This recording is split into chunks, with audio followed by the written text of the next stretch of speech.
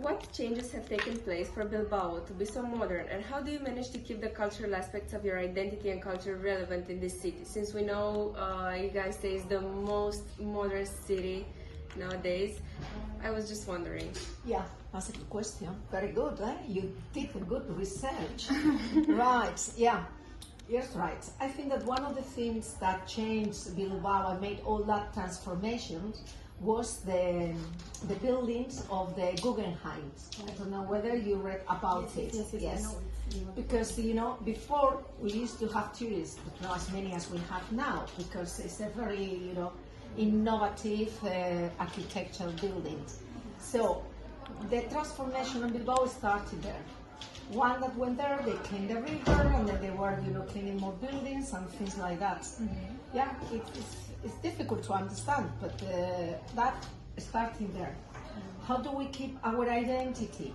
We keep our identity because, you know, as you know, we are a country that we speak a language which is different from Spanish, Basque. You probably read about it.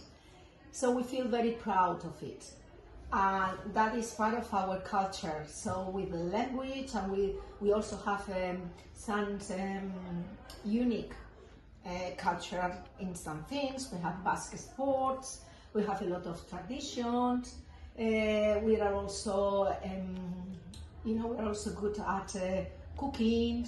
I mean, we have, you know, typical Basque food. We have a lot of chefs that are very worldwide known.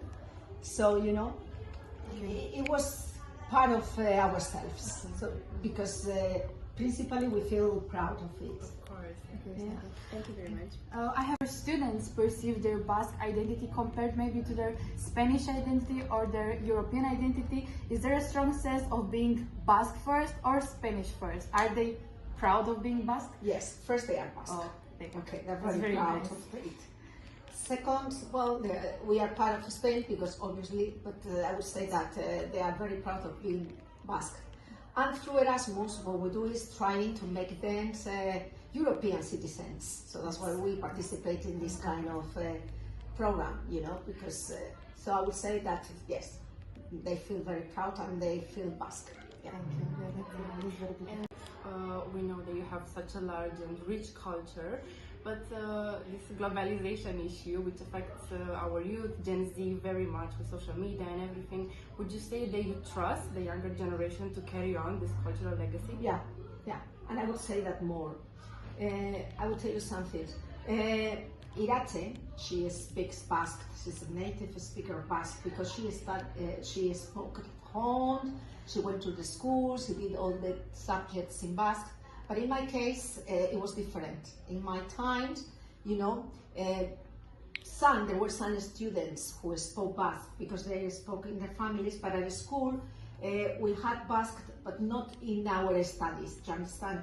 So what happened is that for me, when I started teaching for the Basque government, I have to start learning the language because it's a compulsory. Yes. And since then until now, I have seen a very big difference. So, you know, things will go ahead. Yeah, yes, good one. Yeah. And not very strong, because I've read a lot about how oppressed your nation was by the Romans and by the Spanish, and I thought that maybe it was the community, the sense of family that kept them together through the years. Is that still a thing? Yes, I would say that is what you say. Yeah, it's a very strong community, and especially where our school is, because you were talking about Bilbao, but our school is not in Bilbao. It's 20 minutes by bus. It's not far away, but it's a town, you know, which means that, you know, in a town, the meaning of community is closer and all this. Thank you very much.